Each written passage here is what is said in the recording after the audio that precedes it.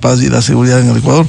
Queremos abordar un tema importante que sucediera este martes en la Asamblea Nacional, como fue la aprobación del proyecto de ley de integridad pública, que terminó incluyendo cambios importantes a diversas leyes.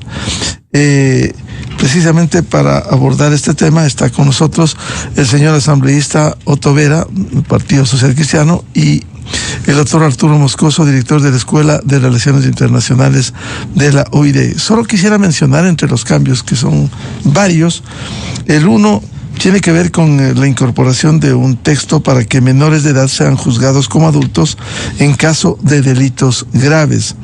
Hay otro cambio fundamental, como es la declaratoria de emergencia de la función judicial, que pueden hacer procesos rápidos de ingreso a la carrera judicial con jueces que sean designados de manera urgente. La normativa también contempla evaluaciones anticipadas a jueces y fiscales, que esa ha sido una deuda pendiente del Consejo de la Judicatura.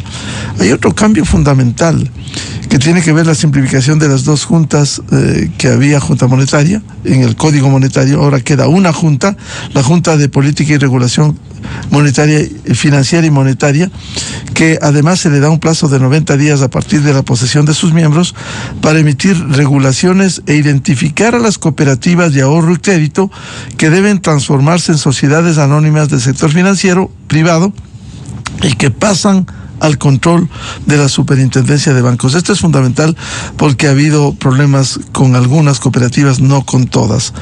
Hay otro cambio que tiene que ver, que fue la esencia de este proyecto, cambios en la contratación pública. Sercop deberá revisar productos, servicios y proveedores en un plazo de 180 días desde la publicación de la ley en el registro oficial. El otro cambio fundamental que está en la disposición 13ª, en donde el SRI debe iniciar un nuevo proceso de remisión de obligaciones tributarias generadas hasta el 31 de diciembre del 2024. Dice esta norma aprobada que los contribuyentes que paguen total o parcialmente las obligaciones tributarias derivadas de los tributos cuya administración y recaudación le correspondan al SRI y que el hecho generador se haya configurado hasta el 31 de diciembre del 2024 gozarán de la remisión del 100% de intereses, multas, costas y recargos derivados de las obligaciones respecto del capital pagado. Entre otras reformas importantes que ha sido aprobado en este proyecto que resume la ley de integridad pública. ¿Cómo entender este cambio con 84 votos? Señor asambleísta Otto Vera, muy buen día. Muy buenos días, don Miguel, doctor Moscoso, muy buenos días también.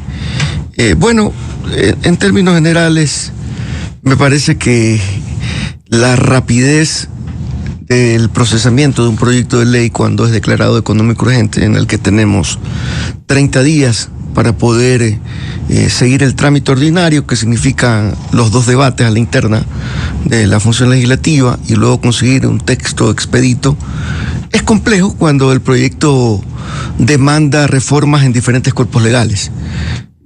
Pienso yo que el proyecto pudo haber sido mucho mejor tratado. Se pudieran haber acogido observaciones importantes de algunas bancadas que ayer se las dio a conocer, pero finalmente, independientemente de que puede incluso tener errores todavía el proyecto, y estoy seguro de que todavía tiene errores, yo creo que la gran parte sirve para poder buscar algunas alternativas relacionadas a mejorar todos los aspectos que usted ha mencionado, ¿no? Uno de ellos, y principalmente, que fue el objetivo principal o el espíritu de este proyecto de ley al inicio, fue el cambio o mejoras en la contratación pública, ¿no? Y de ahí un poco el proyecto fue transformándose y ya no era solamente para mejorar la gestión en las adquisiciones, sino que abarcó mucho más y ya pues tomó la tonalidad de mejorar la integridad en el servicio público o en la gestión pública, y desde luego eso también demandó que haya reformas en algunos otros cuerpos legales. No estoy contento, le soy sincero. Yo creo que se pudo haber hecho mejor. Hubieron cosas que necesitaron, sin lugar a dudas, de mayor debate, de mayor profundidad. Pero al menos hay cosas importantes y cambios importantes que yo creo que van a servir, ¿no? Que hace falta todavía cambiar mucho más y corregir todavía algunas cosas más, no cabe duda. Asambleísta Otto Vera, quizás partiendo de la premisa de que era un proyecto urgente en materia económica y tienen 30 días, quizás no faltó mayor debate cuando solo 9 legisladores intervinieron. Mire, en proyectos de esta naturaleza que tienen amplia cobertura, y podríamos discutir toda la tarde sobre la integridad del proyecto de ley, sobre la unidad de la materia que muchos le han observado en ese tema. Para mi concepto esa es la parte que sí está correcta, pero un proyecto de integridad pública al reformar varios cuerpos legales demanda de mayor profundidad y la verdad, sin temor a equivocarme, lo voy a decir, yo creo que el trámite ordinario en los tiempos ordinarios era el adecuado. Pero pienso yo que también el presidente de la República está haciendo uso de lo que son sus facultades, ¿no? Cuando el presidente de la República tiene un plan de trabajo y ese plan de trabajo a nivel nacional demanda de reformas en el campo legislativo y y se presentan dificultades en el trámite o los tiempos requeridos para poder reformar algunas leyes siguiendo el trámite ordinario, seguramente nos demoraríamos mucho más. Entonces el presidente lo que está haciendo es abreviar el camino, ¿no? Pero obviamente en abreviar el camino hay un ganar y perder. Ganar porque las reformas que posiblemente él buscaba de profundidad se han logrado, pero hay algunas que no se han logrado y hay algunas que quedaron todavía seguramente con vacíos que van más adelante traer algún tipo de consecuencias, ¿no? Y soy bien claro, porque habrá algunos que no estarán de acuerdo y seguramente seguirán el trámite correspondiente y dirán, yo voy a demandar ante la Corte Constitucional y voy a demandar la ilegalidad, etcétera, y algunas otras alternativas. Entonces, ese es el único problema en proyectos que abarcan muchos cambios o diferentes reformas y que algunos, por el hecho de que no hubo el suficiente tiempo para discutirlo, seguramente van a generar algunas demandas. Ese es el único problema, pero más allá yo creo que la gran mayoría de estas reformas sí van a servir, sobre todo para el espíritu original de la ley, ¿no? El tema de la contratación pública, reformas penales que también eran necesarias hacerlas. Bienvenido al doctor Arturo Moscoso, director de la Escuela de Ciencias de Relaciones Internacionales de la UID. ¿Cómo ve usted este proyecto de ley que fuera aprobado en segundo y definitivo debate con 84 votos este martes en la Asamblea Nacional, el proyecto de ley de integridad pública? Buen día. Buenos días, Miguel. Gracias por la invitación. Un saludo al asambleísta Vera y a la audiencia. Bueno, a mí me preocupa, Miguel, porque es un proyecto que, como bien ha dicho el asambleísta Vera, incumple tanto en la forma y también me parece que en el fondo en algunos aspectos, ¿no? Incumple con tanto el procedimiento legislativo como lo determinado en cuanto a los proyectos de ley urgentes. Y lo que tenemos es que la Asamblea se está convirtiendo en una especie de aplanadora que va más allá de la gobernabilidad que necesita cualquier gobierno para aprobar cualquier cosa, ¿no? Y esta ley creo que es una muestra más de eso, una ley que incumple con la disposición constitucional de unidad de materia para proyectos urgentes, y que incumplió también el procedimiento parlamentario cuando se agregan cambios de última hora en el segundo debate, reformando casi 20 leyes, me parece. Y además incumple también, o mejor dicho, refuerza el tema que ya ha sido tan discutido y tan criticado, que es el de la metida en la mano de la justicia, ¿no? Ha sido muy criticado tanto a nivel nacional como internacional la idea de este Consejo Nacional de la Judicatura superpoderoso que se logró construir luego de la consulta popular de 2011 por Rafael Correa. Y que una de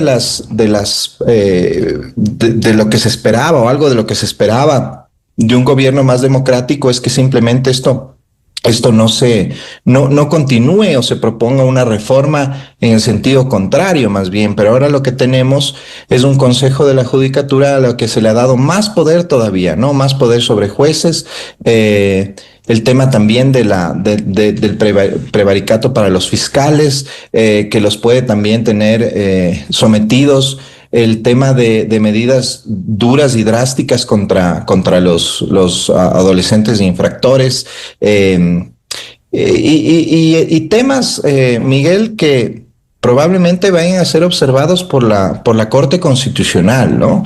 Y que vayan a ser incluso objeto de acciones que dejen sin efecto esa ley por todas las violaciones legales y constitucionales que se han cometido en su aprobación. Y creo que eso más allá de darnos o de preocuparnos en relación a un gobierno que alegando que tiene que hacer las cosas rápido y bien, está haciendo las cosas más bien de una forma arbitraria, ¿no? Puede ser pernicioso para el mismo gobierno en la medida de que sus leyes van a quedar detenidas o van a quedar sin efecto cuando la Corte Constitucional los conozca, porque aquí en esta ley hay elementos que la Corte Constitucional no va a dejar pasar, Miguel.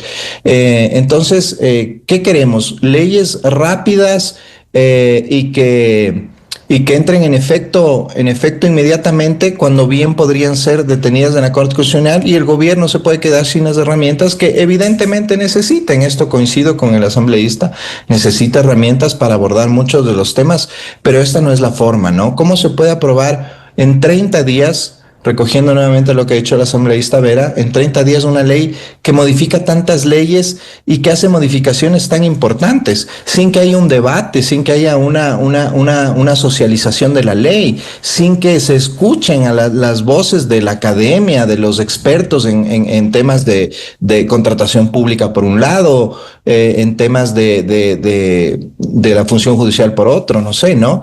Algo mucho más profundo, más estudiado, más debatido, ¿no?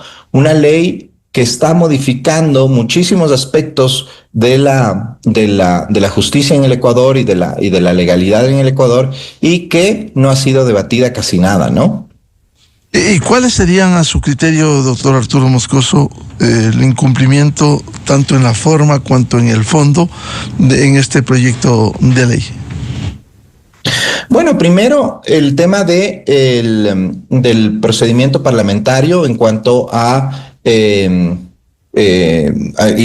violación constitucional, ¿no es cierto? En cuanto a la unidad de materia, ¿no? En los proyectos económicos urgentes, Miguel, la Constitución determina que las reformas tienen que tener una unidad de materia. Aquí, ¿qué quiere decir esto? Que si es una ley económica, tiene que atacarse lo económico, y no se puede disfrazar, como está haciendo esta ley, que todo es económico, porque no es así, ¿no? La unidad de materia implica que sean leyes que apunten a lo mismo. Si tenemos el tema de mejorar la contratación pública y evitar la corrupción, ¿qué tiene que ver ponerle penas más fuertes a los adolescentes infractores? ¿Dónde está la unidad de materia ahí? Por ejemplo, ¿no?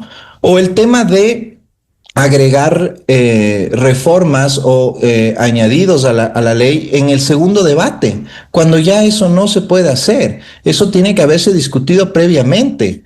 El tema de hacer una serie de reformas a más de 20 leyes, ¿no es cierto?, que nos deja con una super ley que no cumple con lo que deben tener todo proyecto económico urgente. Entonces, para empezar por ahí, y de fondo ya el tema de lo que ha señalado Miguel, entre otras cosas, porque podemos hablar de esta ley todo el día, pero por ejemplo el tema de la función judicial o del Consejo de la Judicatura, el prevaricato de los fiscales, el tema de las penas a los adolescentes infractores, etcétera, una serie de medidas que lo que hacen es justamente darle herramientas al Ejecutivo para perseguir. Y aquí con una acotación, Miguel. Yo escribí una columna hace unos días y me ratifico en eso.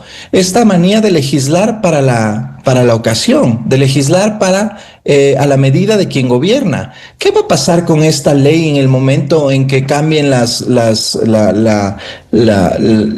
ruta de las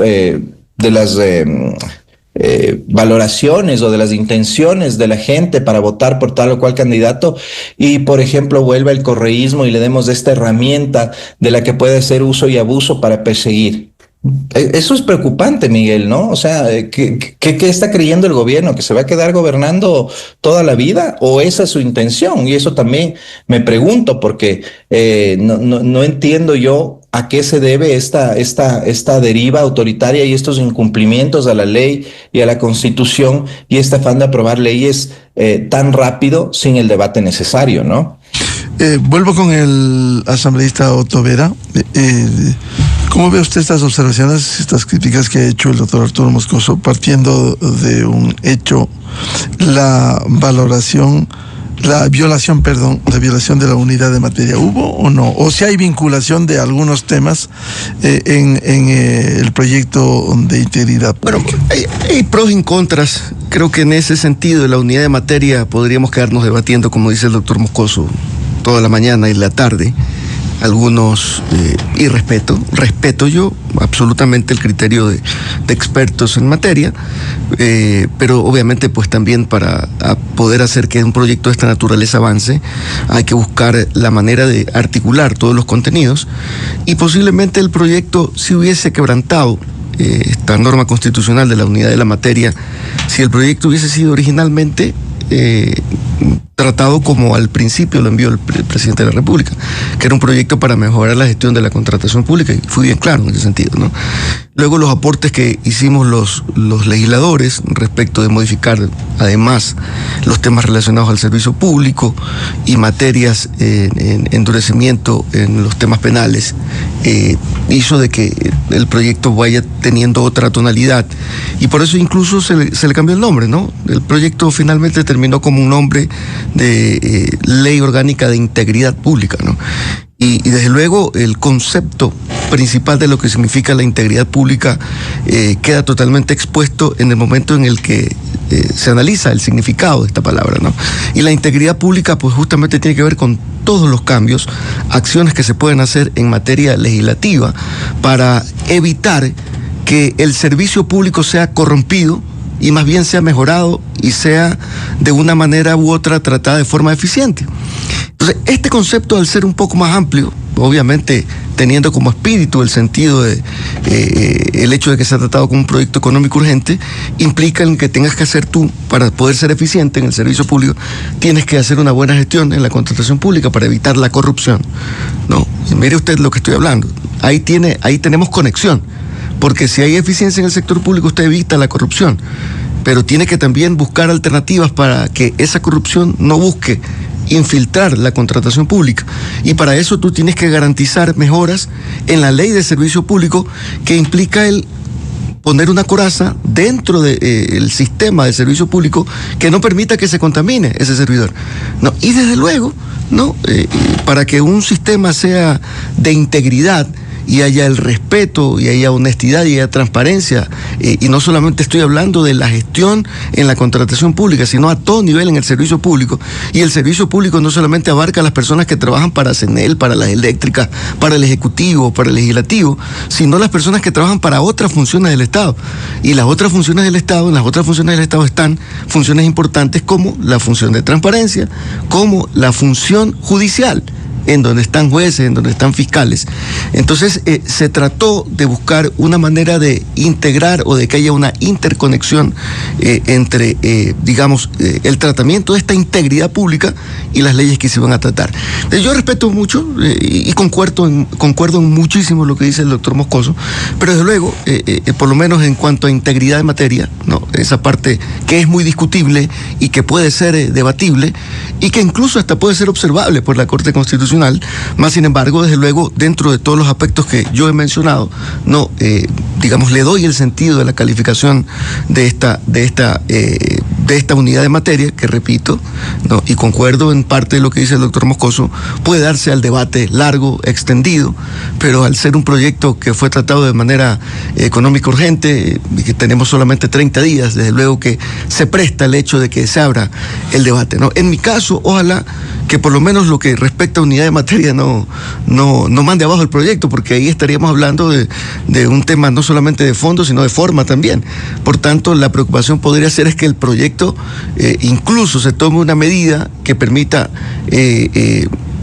objetar el proyecto y tenerlo en el limbo, como ya ha ocurrido con otros proyectos de ley. No solamente que la Corte observe un artículo en particular, sino que nos observe y detenga la ejecución del proyecto de ley. Ojalá que no.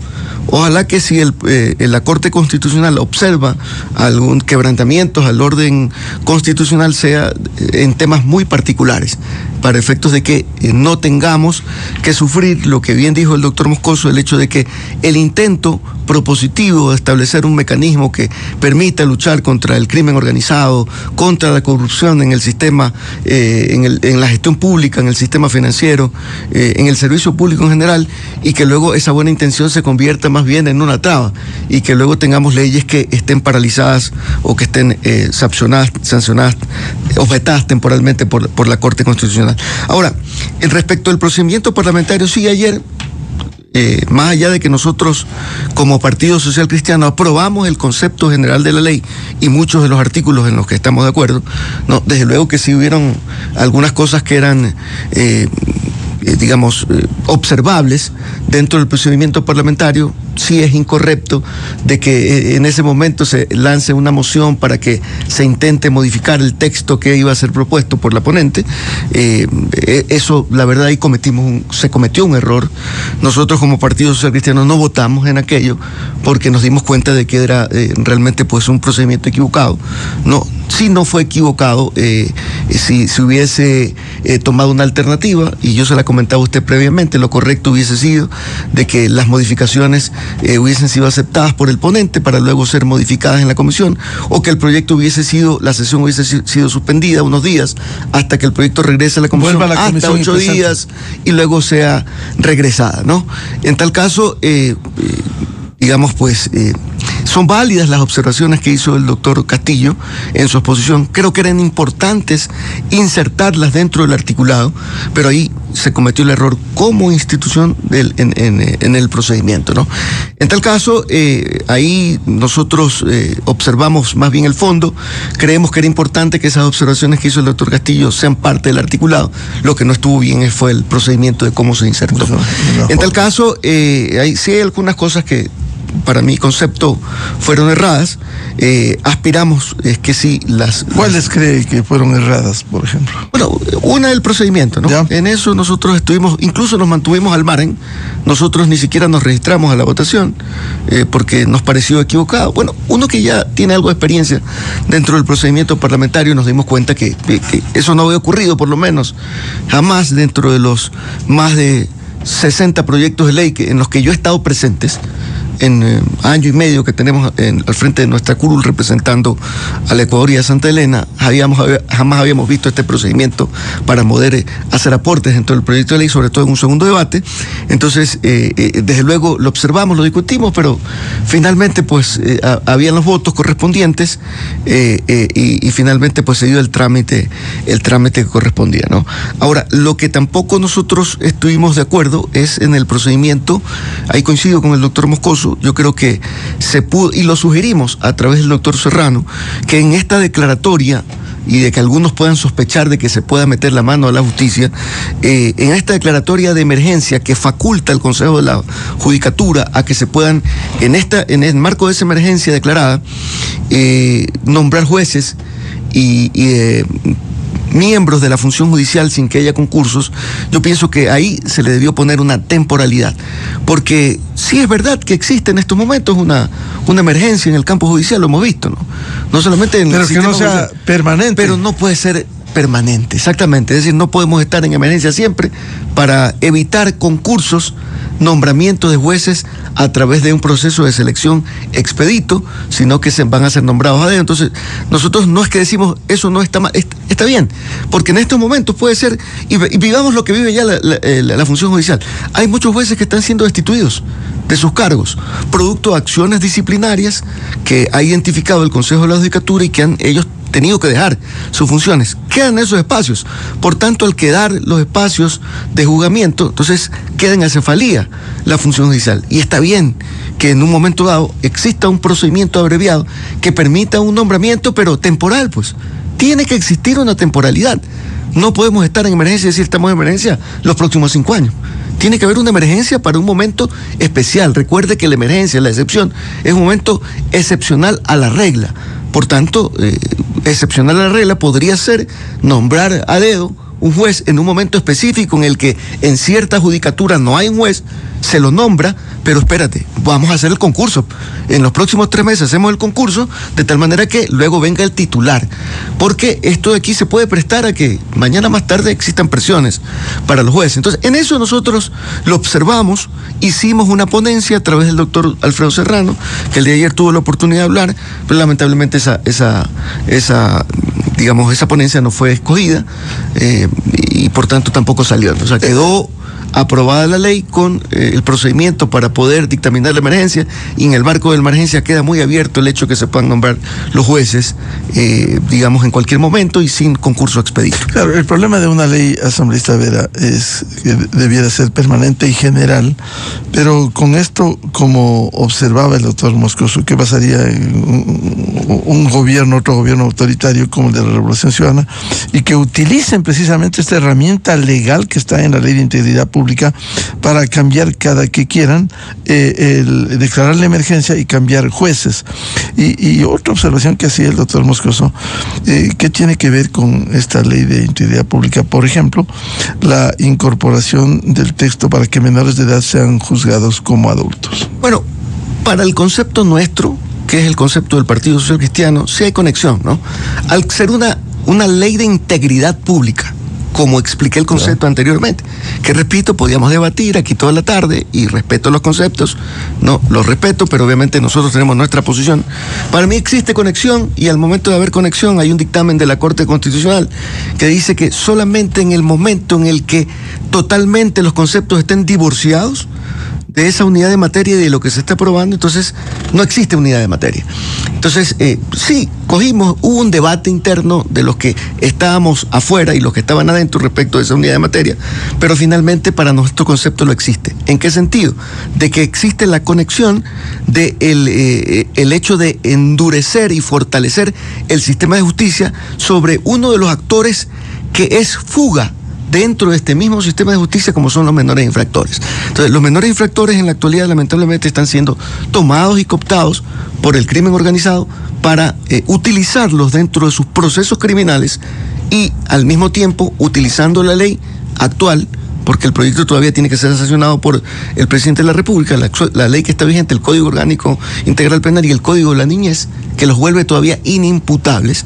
Entonces ocurre que los utiliza el crimen organizado para poder evadir a la justicia. Entonces, en ese sentido, si estamos hablando de una ley de integridad pública, y la integridad pública significa de que no agentes externos como los agentes criminales no se aprovechen de los huecos de vulnerabilidad que tiene la ley para poder utilizar a estos jóvenes, convertirlos en infractores, en asesinos, en gatilleros, y que luego lamentablemente evadan la justicia, porque en la actualidad máximo estos adolescentes infractores, pese a que han asesinado 1 vez, 2 veces, 3 veces a sangre fría, pese a que en muchas ocasiones, y se ha visto en informes policiales, de que muchos de estos criminales adolescentes hasta se toman selfies con sus víctimas para poder cobrar los valores que tienen pendientes, más sin embargo, incluso, mire usted, haciendo el símil, lo que ocurrió hace un par de años atrás, cuando asesinaron a un fiscal, no recuerdo el nombre, me parece que era un fiscal Escobar,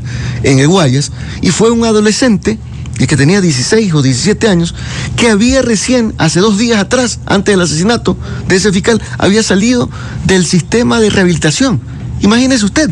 Entonces, es decir, se burlan se están burlando, lamentablemente, de la integridad del Estado. Por tanto, nosotros sí creímos conveniente de que dentro de este proyecto de ley de integridad pública también se tomen en cuenta estos huecos vacíos, estas ventanas abiertas que dan la posibilidad a que el crimen organizado siga utilizando a estos jóvenes infractores para que sigan cometiendo delitos. Pero aún así, nosotros creemos como Partido Social Cristiano que aún todavía siguen ventanas abiertas dentro de este proyecto de ley. Nosotros no quedamos conformes, pese a que votamos a favor del proyecto de ley de integridad pública, aún todavía no estamos satisfechos con la dureza de este proyecto de ley respecto de los jóvenes infractores. Mire usted que la máxima pena para un adolescente infractor, pese a que haya cometido múltiples delitos, es solo 15 años. 15 años. Para delitos que para una persona común y corriente pueden darle 30 y pico de años, más agravantes, 40 años. Un ejemplo, ¿no? Solo máximo le pueden dar 15 años. ¿Y qué pasa si ese joven infractor mañana se convierte en delator? Le dan la mitad de la pena, eso está en este proyecto de ley. Nosotros no estábamos de acuerdo con aquello.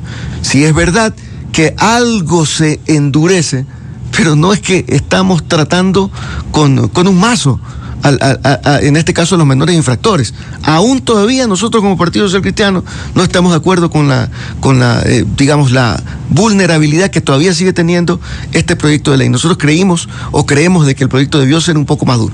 Respeto también, por supuesto, los criterios de quienes advierten de que se atenta contra los derechos humanos, contra el derecho internacional, contra la Convención de los Derechos del Niño. Perfecto, nosotros también lo hemos analizado, respetamos los criterios de aquellos que están en contra, pero para nuestro concepto lo que dice la Convención de los Derechos del Niño es que la pena o la sanción respecto de los delitos, infracciones que puedan cometer los menores infracciones tiene que ser proporcional.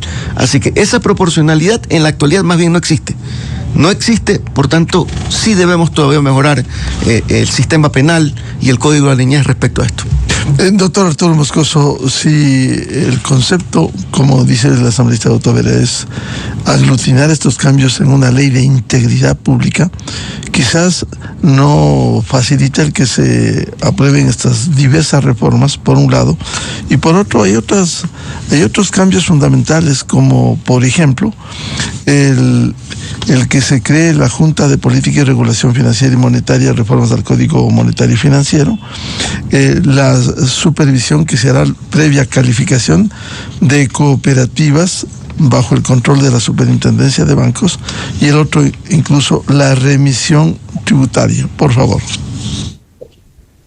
Bueno, Miguel, yo no discuto la necesidad de combatir la corrupción ni de reformar la contratación pública, pero una cosa es tener un objetivo claro, loable, y otra construir una ley que ha sido, y me acojo a las palabras del asambleísta Vera, incluso deformada sobre la marcha, ¿no? Llega con un objetivo y ha sido objeto de, como ha dicho el asambleísta Vera, muchos añadidos en un debate casi inexistente. Eso es lo que más preocupa, que haya sido objeto de ese proyecto de ley, de tantos añadidos y reformas, que cuando se debatieron, cómo se debatieron. Aquí tenemos un problema muy, muy grave, Miguel, en el Ecuador y desde hace mucho tiempo, que es la falta de técnica legislativa, ¿no? La falta de un análisis previo sobre las realidades que puede afectar y las consecuencias que puede traer la aprobación de un proyecto de ley. Eso en el Ecuador lamentablemente no se lo hace, o casi no se lo hace.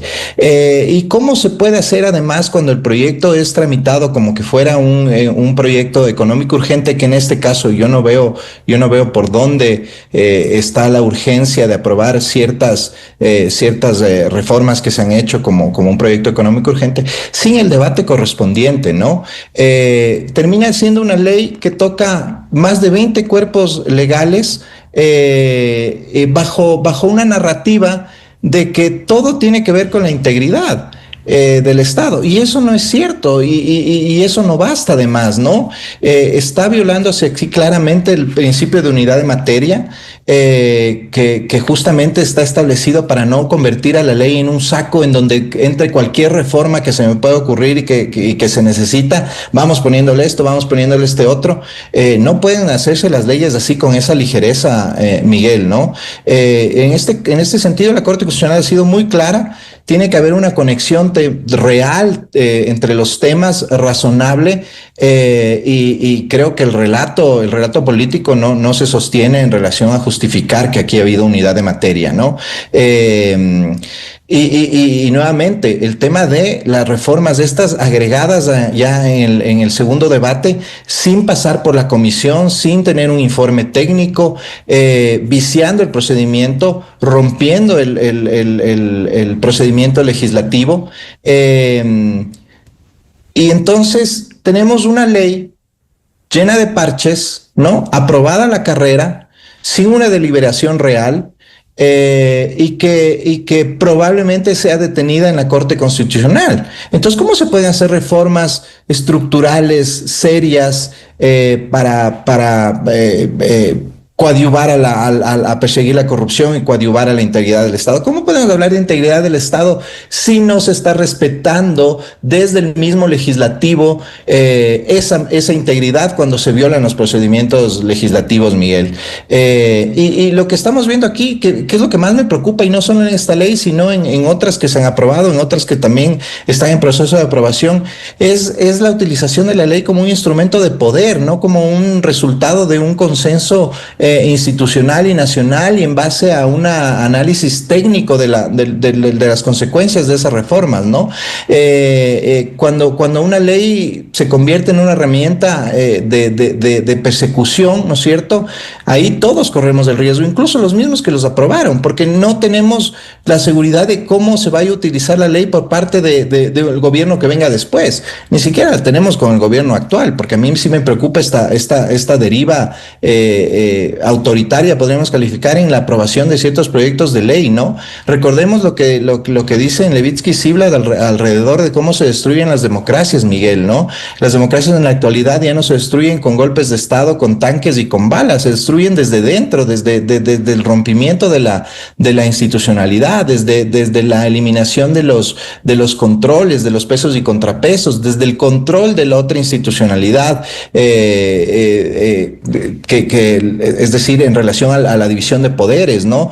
Aquí se está hablando, lo que hablaba el economista Vera sobre la reforma judicial. Es muy grave lo que se está haciendo aquí. Esta famosa metida a la mano a la justicia, me rectifico en eso, Miguel, esta famosa metida de la mano a la justicia, que tan suelto de huesos hablaba Rafael Correa y la Revolución Ciudadana o Alianza País en esa época, ¿no es cierto? Con esta ley se está profundizando. Entonces, ¿de qué estamos hablando, Miguel? ¿Cómo podemos hablar de integridad del Estado cuando la misma reforma que habla sobre integridad del Estado la está rompiendo? Es súper preocupante, Miguel, y realmente, o sea, esta ley esperemos que sea detenida en la Corte Constitucional, pero creo que sí hay que llamar a la reflexión a los asambleístas, tanto de mayoría como de minoría, al presidente de la Asamblea y al mismo presidente de la República, para que no dejemos de hacer esto, por favor. O sea, no podemos construir un país en base a violar las leyes y las normas para hacer lo que yo quiera. No se trata de eso, Miguel. Toda ley, todo cambio necesita un debate, y necesita un debate profundo, peor aún cuando hablamos de cuerpos legislativos que están modificando tantas cosas al mismo tiempo, ¿no? Bien, tema para el debate. Continuaremos, perseveraremos en los contenidos de este proyecto de ley urgente en materia económica de integridad pública, y que deberá pasar para conocimiento y sanción, sea con el ejecútese o el veto parcial o total que tiene el presidente de la República. Muchas gracias al asambleísta Otto Vera del Partido Social Cristiano y al doctor Arturo Moscoso, director de la Escuela de Relaciones Internacionales de la OID. Muy amables. Muchísimas gracias, Miguel. Doctor Moscoso, muy buenas. Saludos. Muchas gracias. Con esto vamos a una pausa, 8:03 en el territorio continental ecuatoriano, y ya volvemos con el ministro de Inclusión Económica y Social, Harold Burbano, para hablar temas de interés como los créditos para emprendimientos. Desde 1984 con Gonzalo Rosero, la revista de opinión Democracia. Siempre líderes, siempre confiables. Enseguida regresa Miguel Rivadeneira a la búsqueda de la verdad. Esto es Exa Informa por Exa FM. En el Foro Económico Mundial de Verano en China, el presidente Daniel